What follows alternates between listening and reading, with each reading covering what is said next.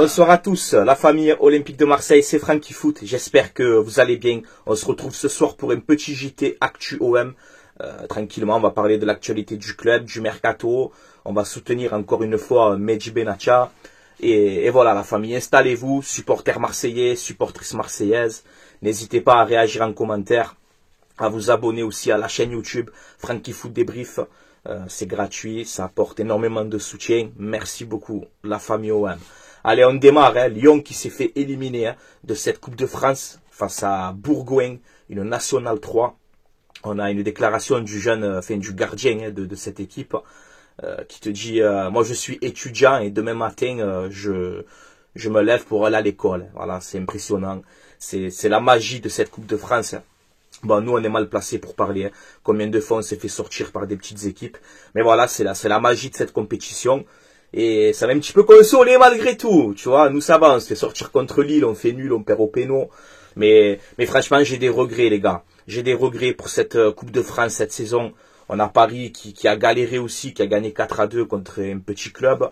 On a Rennes qui est éliminé, Monaco, on a Rennes, Monaco, qui c'est qui est éliminé encore? Ben, Lyon du coup, quasiment tous les gros, Quasiment tous les gros ils sont éliminés, à part Paris et Lille qui sont qualifiés. Je sais plus qui y reste. Mais franchement, si on se serait qualifié contre Lille, on aurait pu vraiment faire quelque chose dans cette Coupe de France cette saison. Donc je l'ai un petit peu là, tu vois. Voilà. Ensuite les gars, on va parler donc des propos de Pablo Longoria hier sur RMC. Chez Rotten sans flamme, il a dit des choses bien, mais il a fait une déclaration que voilà, je suis pas d'accord avec lui.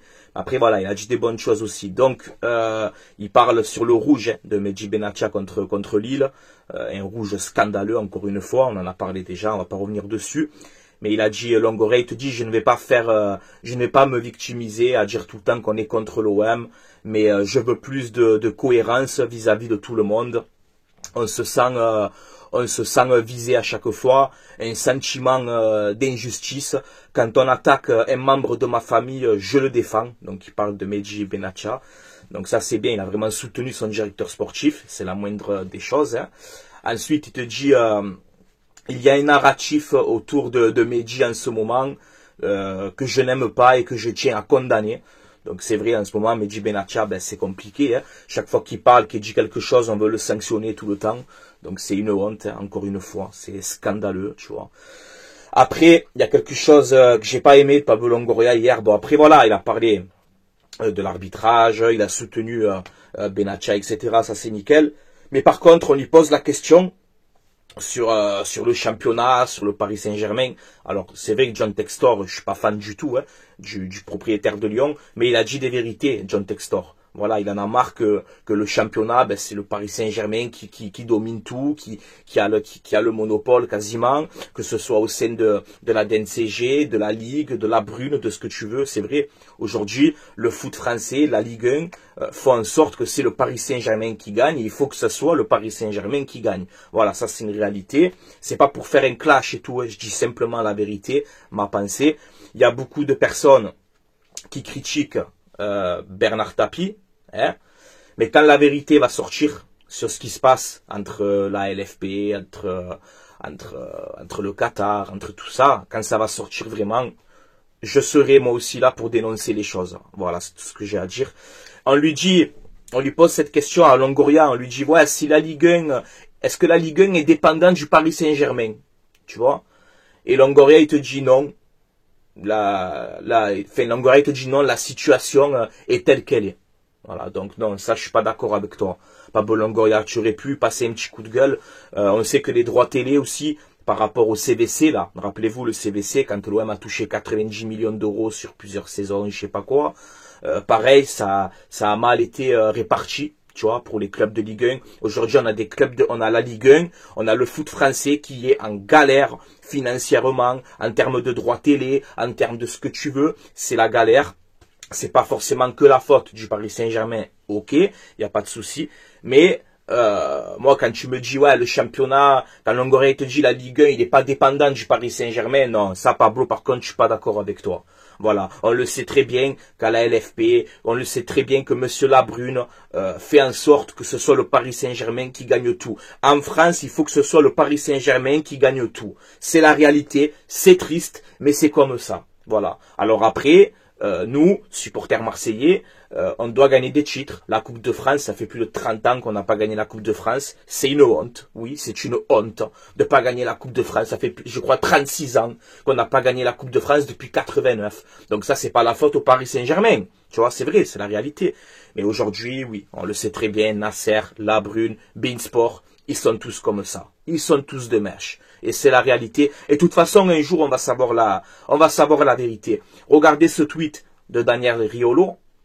Daniel Riolo qui a récemment déclaré que l'OM doit sauver le foot français. Voilà, parce que si la Ligue 1, en termes de visibilité, elle reste quand même importante, c'est grâce aussi à l'Olympique de Marseille. Parce que je le dis, et je le répète encore une fois, tu enlèves l'Olympique de Marseille de la Ligue 1, le championnat il est cuit. En termes de visibilité, ça coule.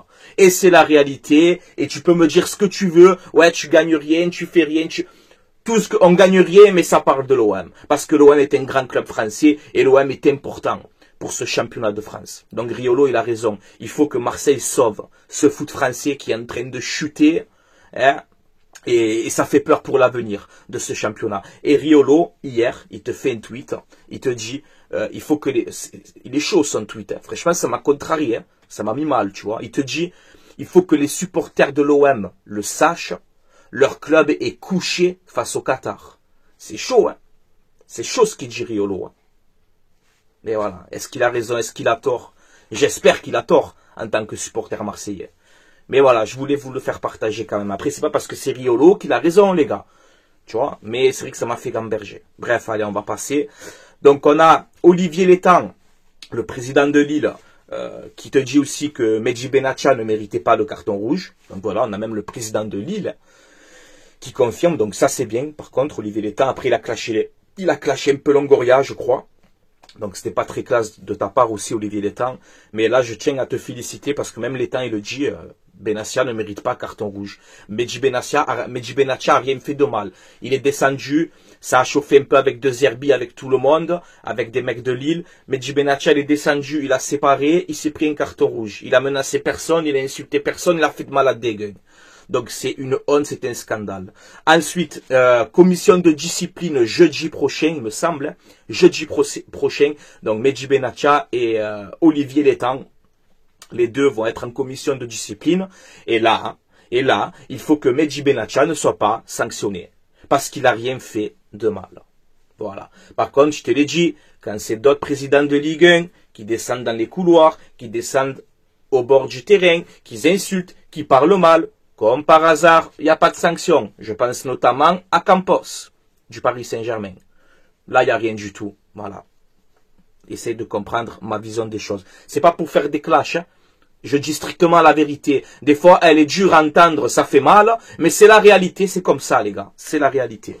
Donc, on verra jeudi prochain si Mehdi Benatia, il va se prendre encore 3 ou 4 matchs de suspension, alors que le mec, il a rien fait. On verra jeudi prochain. J'attends de pied ferme, hein. J'attends de pied ferme, je vous le dis d'entrée. Ensuite, du côté de la commanderie, on estime que Mehdi Benatia paye ses origines maghrébines. Ça, c'est grave aussi, les gars. C'est très, très grave. Mehdi Benatia, il est touché aujourd'hui. Il est touché, il est ému, il est dégoûté, tu vois. Et ça serait grave quand même, ça. Donc, gros soutien à toi, Mehdi Benatia. Gros soutien à toi. Tout le peuple marseillais, marseillaise, on est avec toi. Encore dans ce qui se passe. On est avec toi et on te soutient. Tu as compris? On est avec toi, Mehdi Benatia. On est avec toi. Voilà. Ensuite, on va parler de Mercato. On va essayer de parler un peu football aussi. J'en ai marre de parler des trucs extra sportifs comme ça. Mais c'est ce qui se passe actuellement, les gars, aussi. Donc, c'est une honte. Voilà. Cet acharnement contre le directeur sportif de l'OM, c'est une honte. Voilà. Et c'est en train de me gonfler. Bref. On va parler de Mercato. Donc on a Zielinski, le latéral gauche de la Roma, qui est de plus en plus proche de l'Olympique de Marseille. Il peut jouer piston gauche, piston droit, milieu droit, assez polyvalent, international polonais, 22 ans. 26 sélections avec la Pologne, en fin de contrat avec la Roma, et là on nous dit que voilà, l'accord est proche entre l'OM et la Roma, le joueur est OK pour venir, donc je pense qu'on a déjà l'accord avec les agents, avec le joueur, peut-être quelques détails à régler, on lui propose un salaire important, et surtout un élément clé du système de jeu, Roberto De Zerbi. Voilà, donc on va surveiller ce dossier-là, ça fait un moment qu'on en parle, je pense qu'on arrive au bout. Après c'est le mercato, tu le sais très bien, ça peut capoter à tout moment. Ok, mais Zalenski, c'est chaud. Ensuite on a le jeune défenseur central suisse de l'OM, Niakossi, qui est parti en Belgique, voilà, c'est officiel. Il avait été recruté en 2022 pour 2 millions d'euros, bon on l'a jamais vu jouer. Bonne chance à toi, bonne continuation. Ensuite, on a François-Régis Mouguet, qui est prêté dans un club grec. Je vais pas réussir la prononciation du club, désolé. Mais voilà, il est prêté dans le championnat, enfin il est prêté en Grèce. Voilà, donc bonne continuation à toi aussi. Ensuite, on va parler de Eli Wahi, les gars. Alors Wahi, West Ham est prêt à poser 30 millions d'euros sur l'attaquant marseillais. Alors on a Füllkrug, hein, l'attaquant de West Ham qui s'est blessé aussi. West Ham, je pense qu'ils ont une longueur d'avance sur le dossier. Et là, maintenant, on a Arsenal. Arsenal, les gars, qui serait intéressé par Eli Wahi. Pourquoi? Parce que l'attaquant Gabriel Jesus s'est blessé également. Arsenal essaye de faire Vlahovic, l'attaquant de la Juve, mais pour l'instant, c'est un peu compliqué ce dossier. Peut-être que les agents de Wahi, ben, ils sont allés démarcher, ils sont allés dire, écoute, on a le petit Eli Wahi, si tu veux. À voir. À voir les gars, si cette rumeur Arsenal est vraie, pour l'instant je sais pas, tu vois, c'est des rumeurs qui tournent comme ça. Wahi, on le sait très bien, comme je t'ai dit, je t'ai toujours expliqué, Eli Wahi, même qu'à l'OM, pour l'instant il réussit pas, mais il garde une valeur marchande sur le marché des transferts, il garde une belle cote, parce que c'est un jeune à fort potentiel, et que voilà, l'OM, pour l'instant, il n'arrive pas. Est-ce qu'il faut le garder? Est-ce qu'il faut pas le garder? Je sais pas. Mais moi, je te le dis, hein, si tu as une offre entre 25 et 30 millions, l'OM, ils vont le lâcher. Voilà, moi, je vous le dis. C'est bon, mon pronostic. Alors après, on va Wahi. Allez, je te prends un exemple. On va Eli Wahi dans ce mercato d'hiver, 25-30 millions à West Ham ou Arsenal en Première Ligue. On va Wahi, ok. Donc, il nous reste que Mopé. Pour moi, Mopé, ça doit pas être le titulaire de l'Olympique de Marseille. Mopé doit être remplaçant, rentrer, apporter sa niaque, sa grinta, son pressing, tout ce que tu veux. Pour moi, Mopé, c'est un joker de luxe. Voilà. Tu rentres Mopé, c'est très bien. Par contre, si tu perds Wahi, il faut recruter un numéro 9. Qui sur ce marché des transferts? Les défenseurs, il y a quand même moyen. Mais en termes d'attaquants, sur ce mercato d'hiver, c'est pas la folie. Tu vois, ça va être compliqué à aller chercher un numéro 9.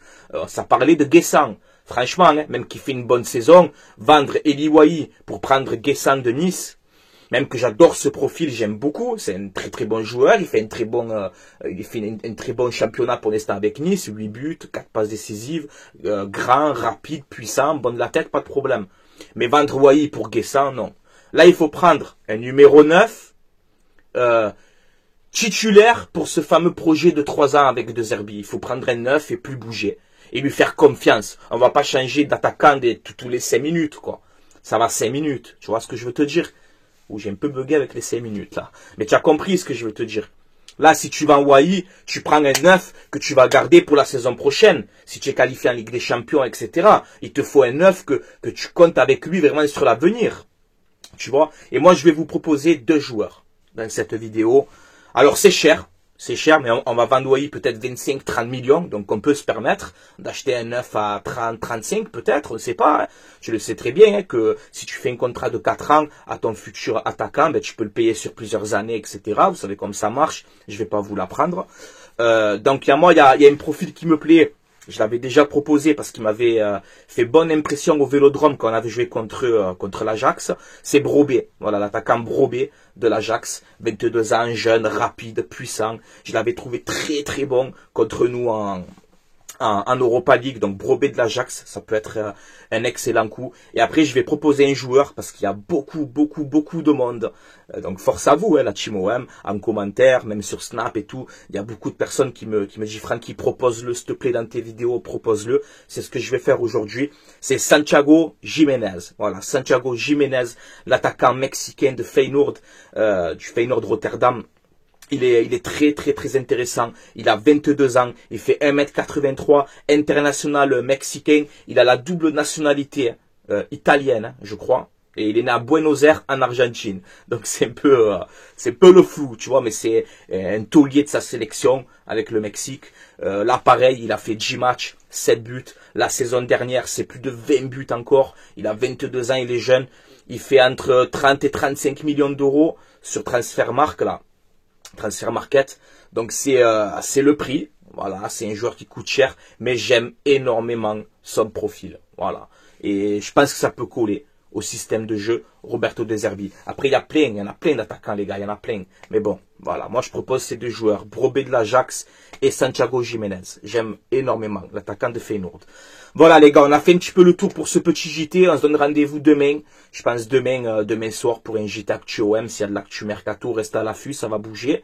Avant d'arrêter les gars, je fais une promo et je passe une pub pour mon site, pour mon partenaire, le site mayogo.co. Alors ils m'ont envoyé un message ce matin. Ils font une promotion parce que c'est le nouvel an chinois.